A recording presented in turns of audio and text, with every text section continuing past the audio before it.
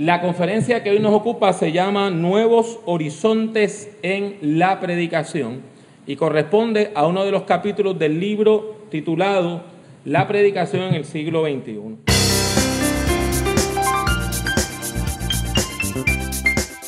Les habla Pablo Jiménez, exhortándole a que prediquemos.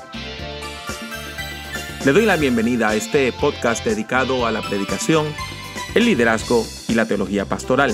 Esperamos que el tema que tenemos para el día de hoy sea de gran edificación a su vida. El siglo XXI presenta una situación particular para la iglesia, porque la iglesia, y no solamente la iglesia, sino toda la humanidad, está viviendo una serie de cambios sociales muy profundos.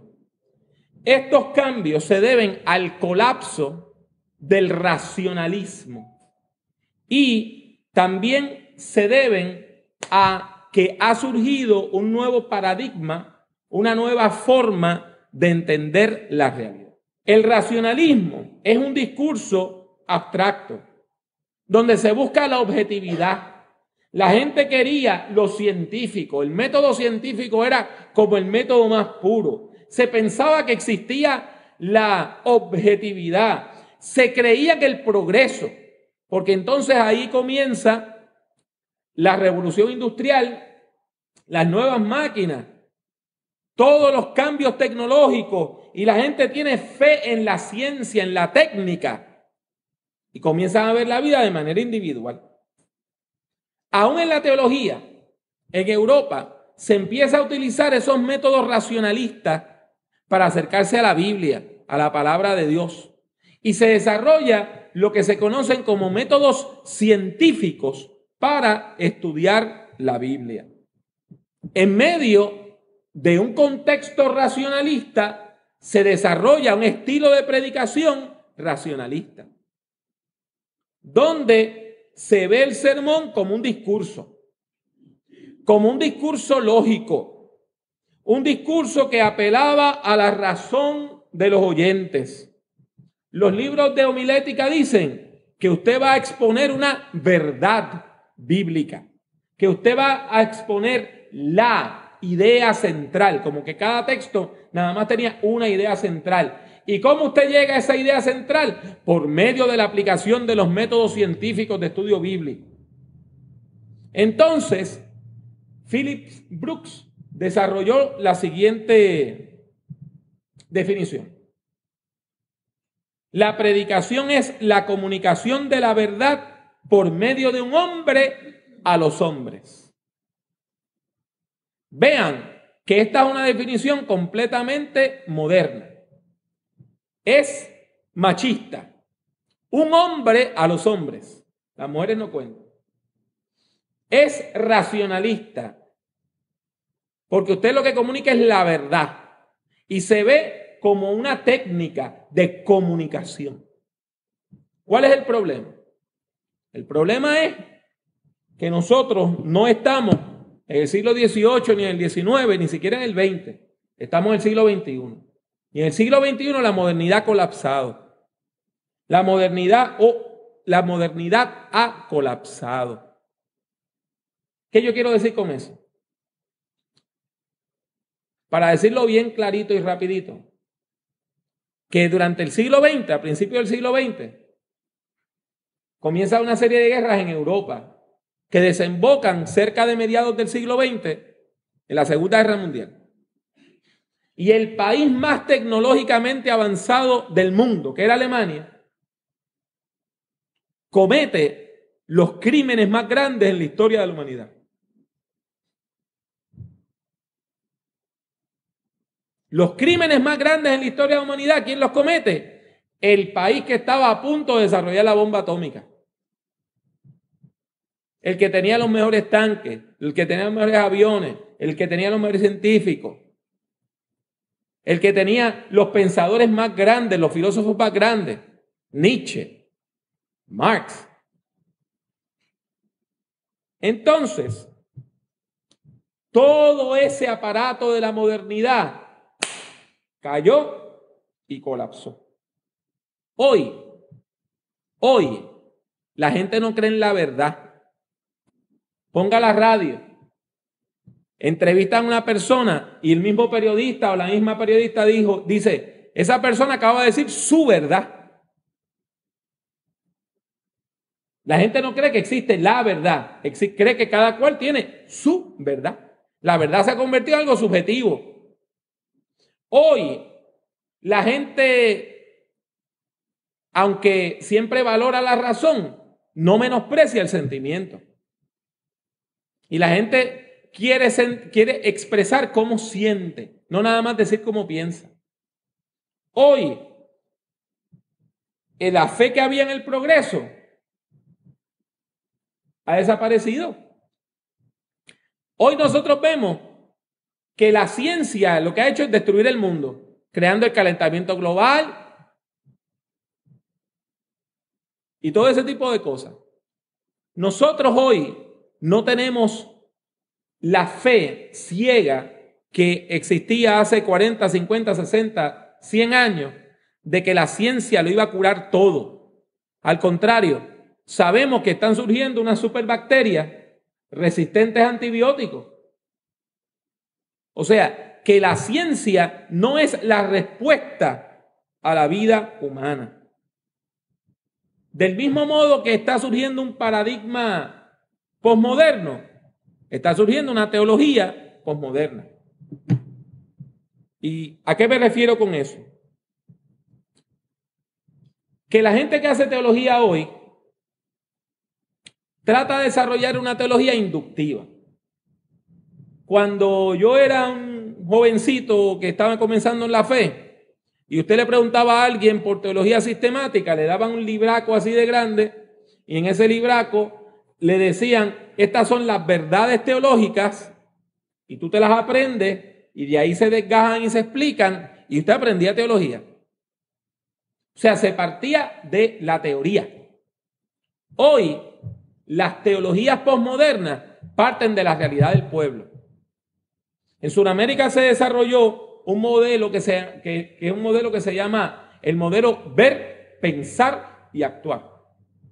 ¿Y qué es lo que usted ve? ¿Cuál es la realidad? Y sobre esa realidad usted reflexiona. Reflexiona. O sea, que se entiende que la teología es reflexión sobre la práctica de la fe. ¿Me entendieron bien? Reflexión sobre la práctica de la fe. La teología posmoderna ha dejado a un lado el lenguaje abstracto y está valorando el lenguaje del pueblo. Se valoriza la práctica de la fe. Se aprecia lo autóctono y lo comunitario. Y por eso es que cuando usted estudia teología ahora, están surgiendo teologías específicas. Una teología puertorriqueña, una teología latinoamericana, una teología de las comunidades hispanas en Estados Unidos, una teología desde y para la mujer, una teología de los afroamericanos estadounidenses y así por el estilo. Va a Jamaica y le hablan de una teología caribeña. O sea que la teología sale de las mismas comunidades que están buscando herramientas para entender su historia y su vida a la luz de la fe.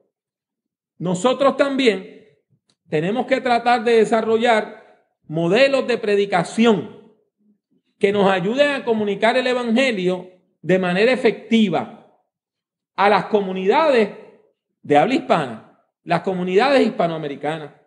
Y esos modelos deben reflejar los avances tanto en el mundo de la teología contemporánea como en el mundo de la predicación y de la comunicación. Vamos a considerar entonces en esta conferencia cambios en 3 áreas. Primeramente en el diseño del sermón, segundo en el contenido del sermón y tercero en la presentación del sermón. Comenzamos esta parte repasando la estructura del sermón tradicional. El sermón tradicional, como le dije, es un discurso que se compone de 4 partes principales.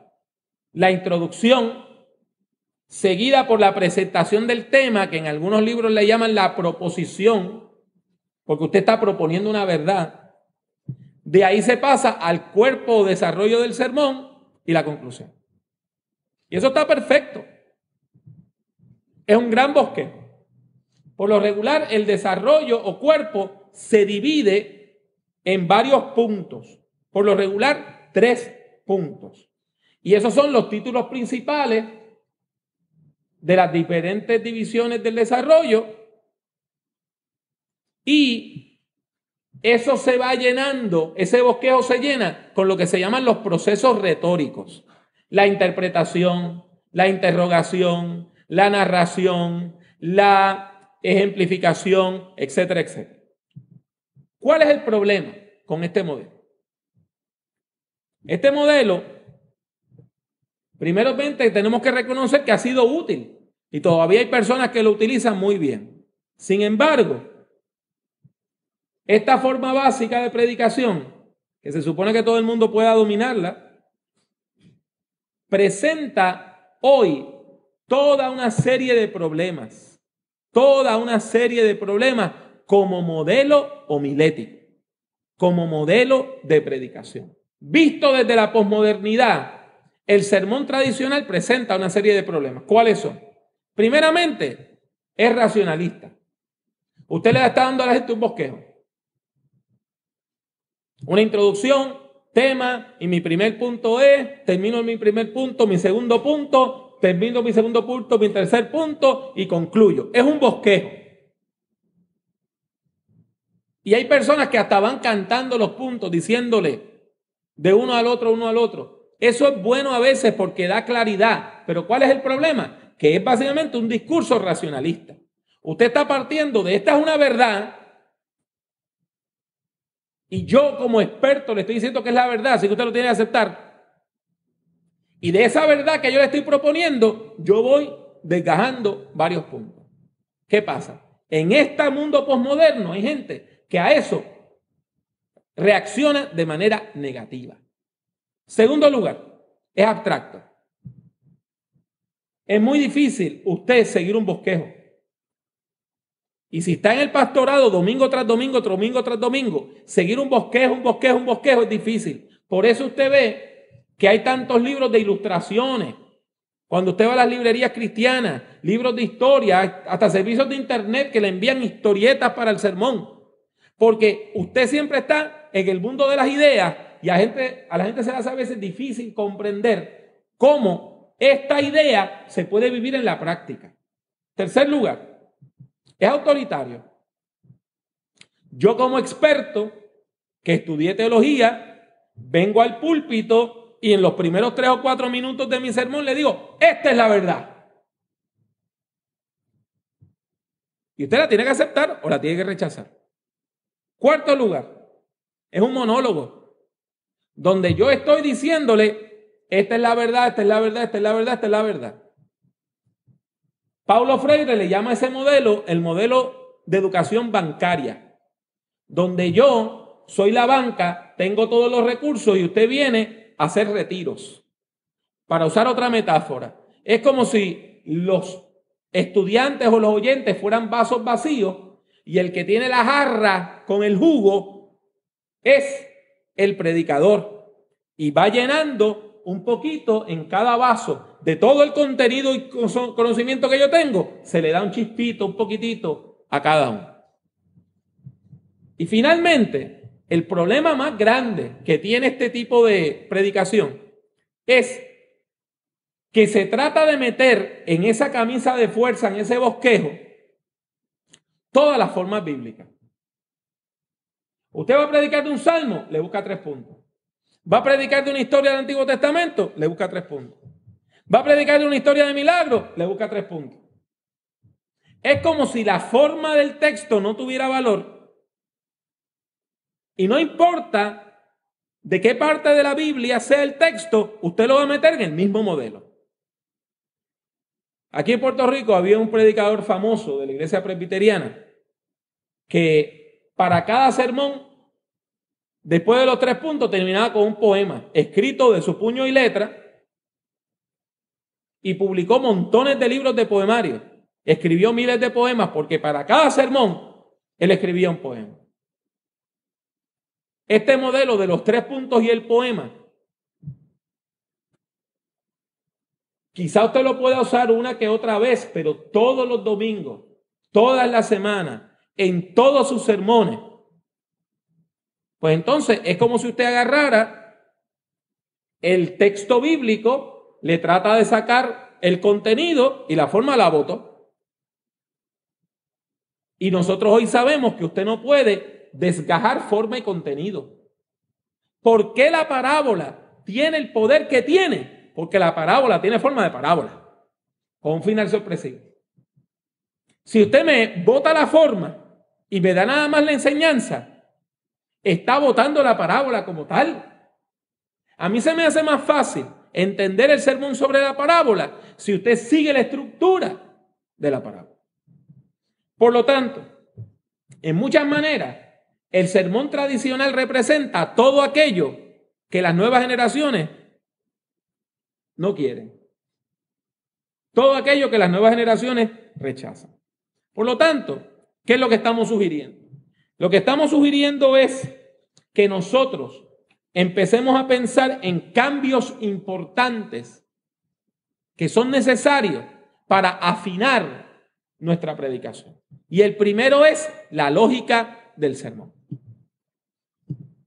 Uno de los más grandes maestros de predicación en los Estados Unidos, que fue en muchas maneras el padre de toda esta nueva forma de ver la predicación, es un hombre de los discípulos de Cristo, de mi denominación, que se llama Fred Craddock.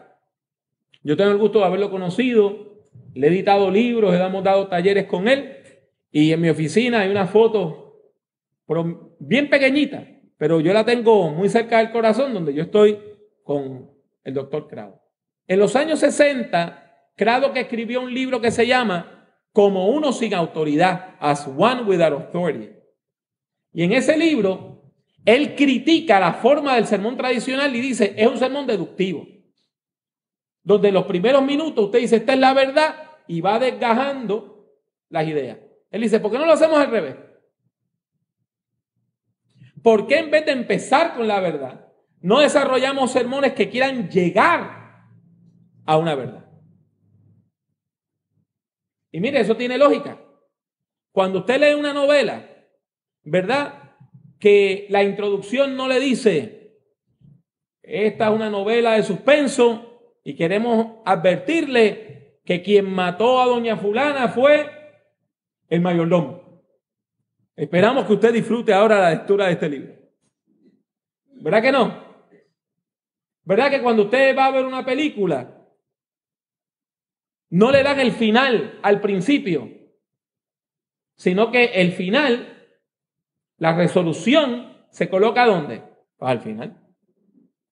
Pues entonces Craddock desarrolló lo que se llama el método inductivo de predicación.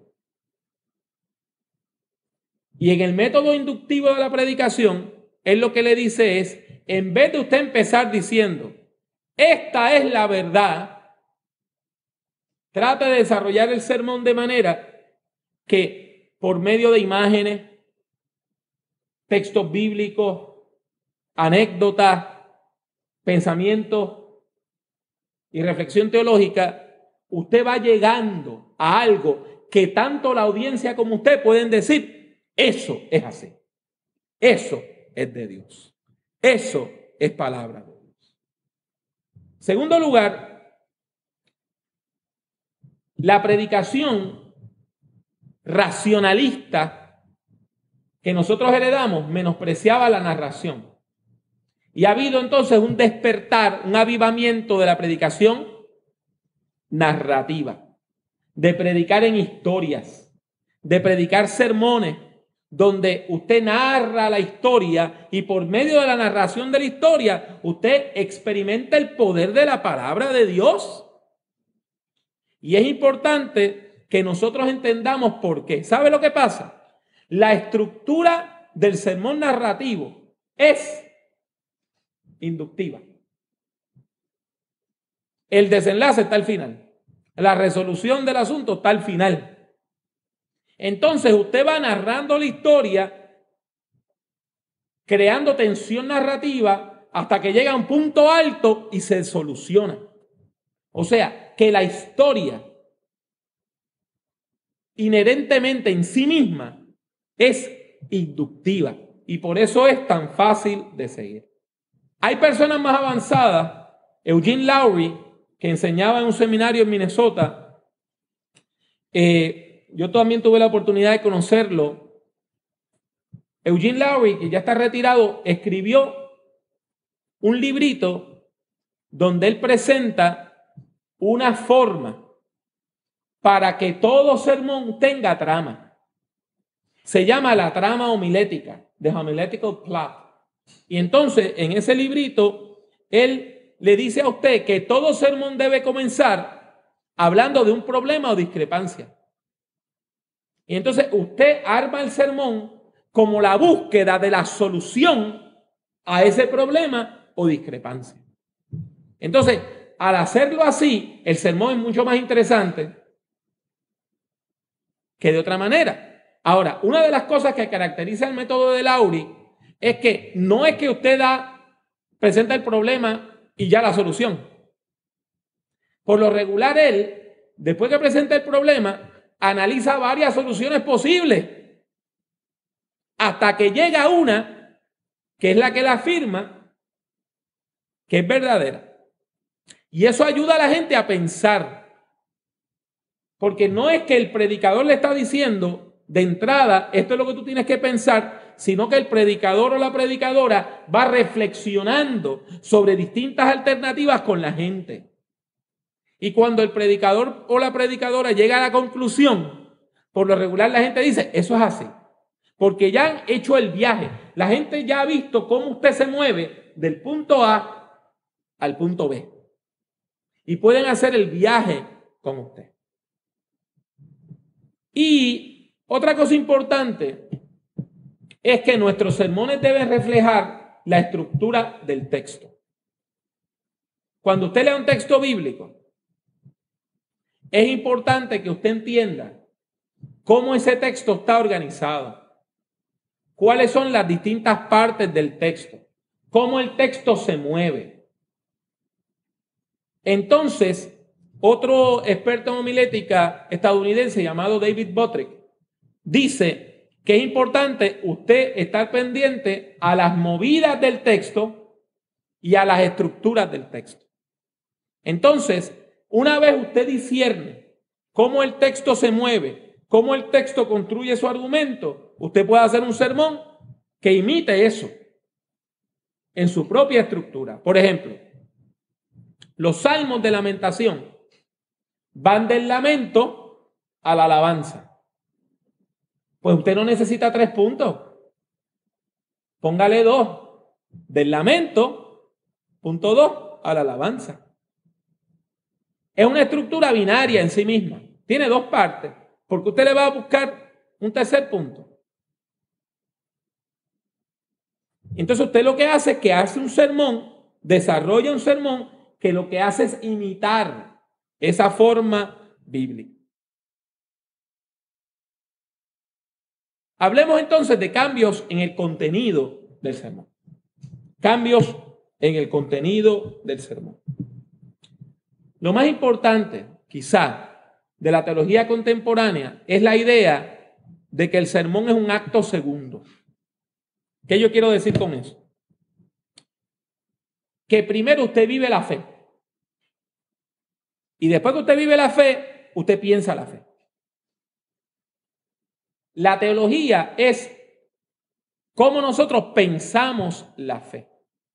Por lo tanto, la reflexión teológica viene después de haber vivido la fe. ¿Ahora entienden qué quiero decir con acto segundo? Es una reflexión sobre nuestra práctica de la fe. Es que nosotros pensamos, analizamos qué es lo que creemos, qué es lo que estamos viviendo.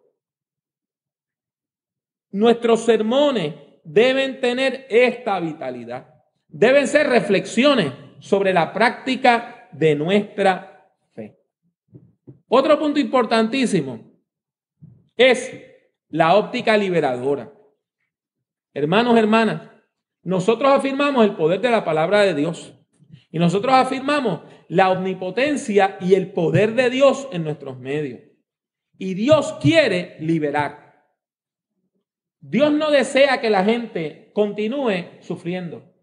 Dios no desea que la gente muera en su pecado. Dios no desea que la gente siga sufriendo cada día de su vida. Dios desea salvar, liberar, cambiar, transformar.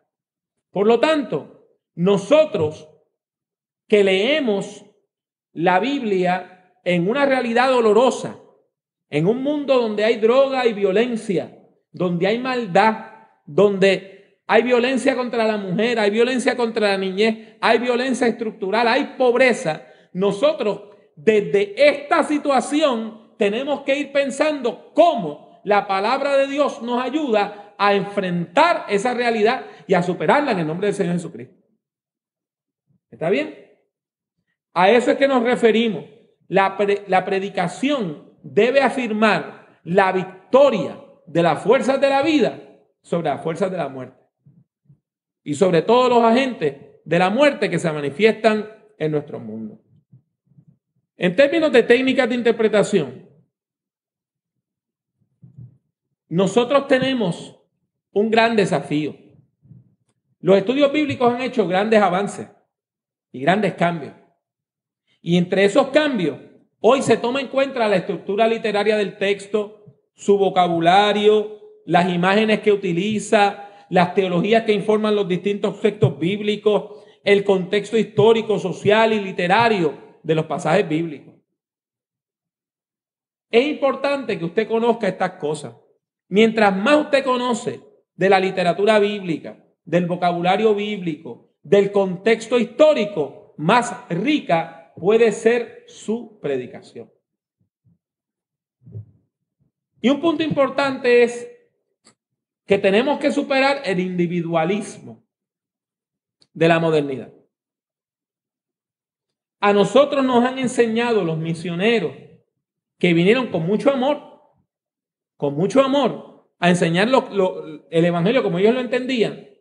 Como ellos estaban trabajando sobre la base de la modernidad, nos enseñaron una interpretación individualista del evangelio. ¿Cuál es la declaración de fe que nos enseñaron a repetir?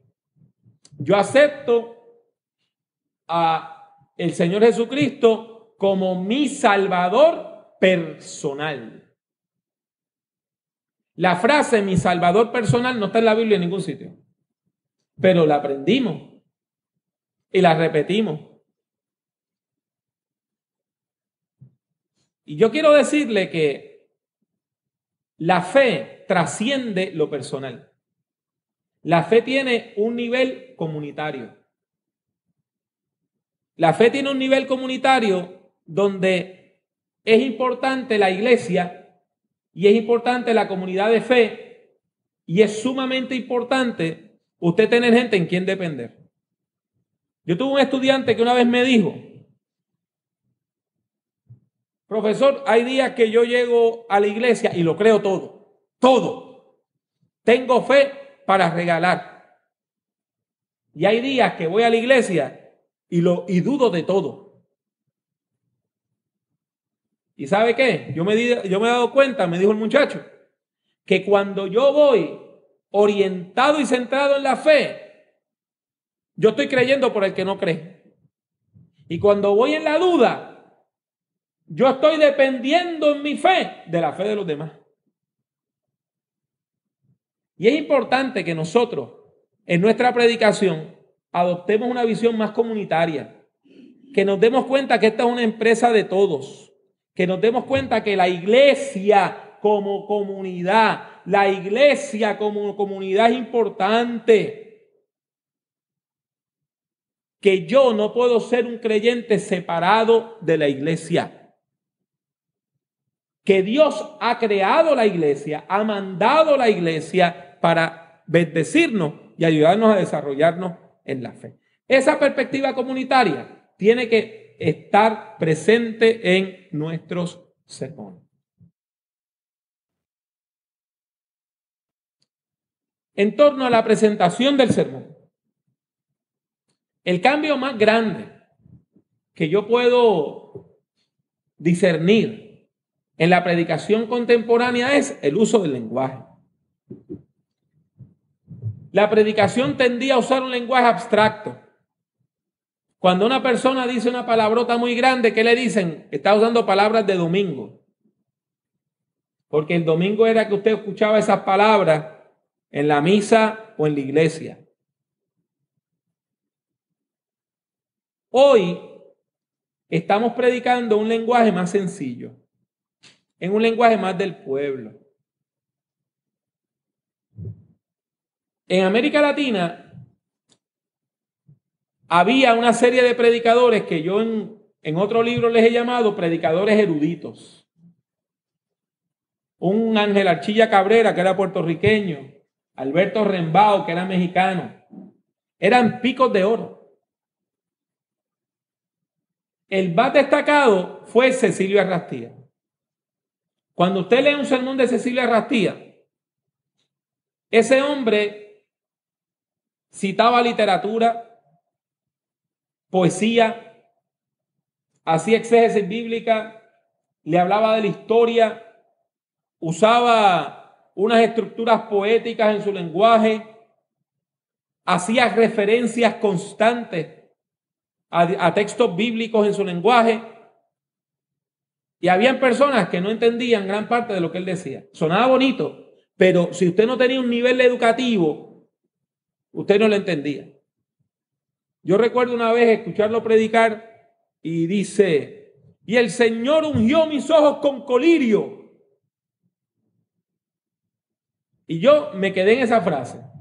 ¿Cuántas personas que habían allí en aquel estadio sabían lo que era el colirio? ¿Y cuántas personas de las que están ahí entendían que él estaba haciendo una referencia a Apocalipsis 3? Hoy, en la predicación, hemos estado tratando de usar un lenguaje más accesible al pueblo. Déjeme explicarle en gran parte por qué. Porque hoy estamos en la era del video. La mayor parte de la gente está acostumbrada a ver, no a leer.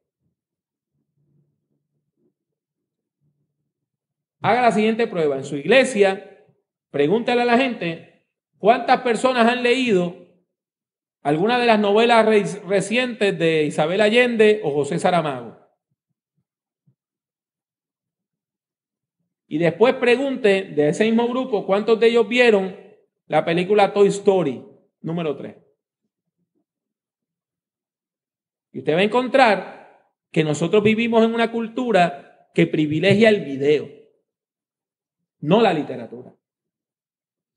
El problema con la literatura es que usted tiene que hacer una inversión de tiempo, ¿verdad? Ver algo en la televisión o en el cine o en la computadora es algo que nos divierte. Hay poca inversión. A usted le van contando, a usted le van diciendo y las cosas se mueven, son rápidas. Y la idea de leer una novela que tiene tantas páginas se hace difícil. Todo maestro, toda maestra de literatura sabe que cuando mandan un examen de comprobación de lectura, hay muchos estudiantes que lo que le hacen es, le está respondiendo en base a la película que vieron sobre ese libro clásico, no a la lectura del libro. Eso nos presenta un desafío en la predicación. ¿Cómo usted predica creando imágenes verbales o aún incorporando presentaciones computarizadas generadas en PowerPoint o Keynote o alguno de los otros programas, de manera que la gente no se aburra, sino que la gente pueda estar participando, viendo los cambios que usted está haciendo? El uso del lenguaje es crucial. Y como parte de esto está la transición de un lenguaje machista y exclusivo a un lenguaje que incluya a la mujer. Y a veces la incluimos de manera sexista. Siempre hablamos del doctor y la secretaria. Nunca decimos la doctora y el maestro. Entonces, esta idea de cómo nosotros armamos el lenguaje es uno de los grandes desafíos a predicar hoy. Otro punto importante es la calidad dialogada. Nuestros sermones hoy se esperan que más que un monólogo sean un diálogo. Que cuando yo estoy predicando, yo utilice cosas, aunque no le pida a la gente que me respondan directamente, pero que utilice cosas que ayuden a la persona a ir entablando un diálogo conmigo. Pregunta, imágenes. Mientras estoy predicando, decir, ¿a usted jamás le ha pasado esto por la mente? O quizá usted ha vivido una experiencia similar a esta. Entonces, estoy invitando a la persona a entrar en un diálogo conmigo. ¿Cómo nosotros hacemos un sermón que en vez de ser el monólogo de un experto, es un diálogo en la fe con un hermano o una hermana en la fe? Es el gran desafío de la predicación contemporánea. En conclusión, nosotros tenemos que ver el desafío que nos presenta predicar hoy. La llegada de la posmodernidad nos presenta un gran desafío. Cuando yo fui al seminario hace 25 años, me indicaron que me iban a convertir en el teólogo residente de la iglesia. Yo iba a ser el teólogo residente, el teólogo en residencia en la iglesia. El experto, el intérprete autorizado, el profeta sagrado, la autoridad que iba a estar en la iglesia representando a la gran autoridad de Dios. Hoy, ese modelo no funciona. La gente no va a la iglesia a escuchar a un experto. ¿Sabe a qué la gente va a la iglesia? A escuchar a una persona que está buscando de Dios como ellos están buscando de Dios. Van a ir a escuchar a un compañero o una compañera en el camino de la fe. Van a ir a escuchar a una persona que sea como un entrenador o un coach que le pueda ir ayudando a usted a crecer en la fe, pero que no haya una distancia tan grande entre usted y la persona que predica, que ellos puedan decir, bueno, es que yo jamás voy a ser como la pastora. Sino que la idea es que la persona que predica entienda que no solamente representa a Dios ante la congregación, también le tiene que dar voz a las inquietudes de la congregación. Por lo tanto, el modelo que proponemos es el siguiente. La persona que predica debe ser compañera de camino. Una persona que también anda buscando sentido en medio de un mundo fragmentado. Les habla una vez más Pablo Jiménez. Deseo darle las gracias por escuchar este podcast. Si desea escuchar o ver algunas grabaciones adicionales, estas son las opciones. Suscríbase a Prediquemos por medio de iTunes o de su aplicación favorita para descargar audio desde el Internet. Si ha disfrutado de este programa, le ruego que deje una valorización positiva del mismo, ya que eso ayudará a que otras personas puedan encontrar nuestro podcast. Visite nuestra página en el Internet drpablojimenez.com. Allí encontrará centenares de documentos en texto, audio y vídeo relacionados a la predicación, la teología pastoral y el liderazgo cristiano. El acceso a todos estos documentos es completamente gratuito. En YouTube, acceda a mi canal, que también se llama Dr. Pablo Jiménez. Allí hay más de 800 vídeos de sermones, conferencias y además algo de música cristiana. En las redes sociales me consigue utilizando el mismo nombre, Dr. Pablo Jiménez. En particular, puede encontrarme en Twitter, Facebook, LinkedIn, Tumblr y también en Instagram, entre otras redes. Y si desea comprar algunos de mis libros, tales como Principios de Predicación o Predicación en el siglo XXI, tiene dos opciones. La primera es ir a la sección de libros en mi página drpablojimenez.com. La otra es ir directamente a amazon.com y colocar mi nombre, Pablo Jiménez, en el buscador. Ha sido mi placer tenerle en este podcast. Que Dios le bendiga mucho y que Dios le bendiga siempre.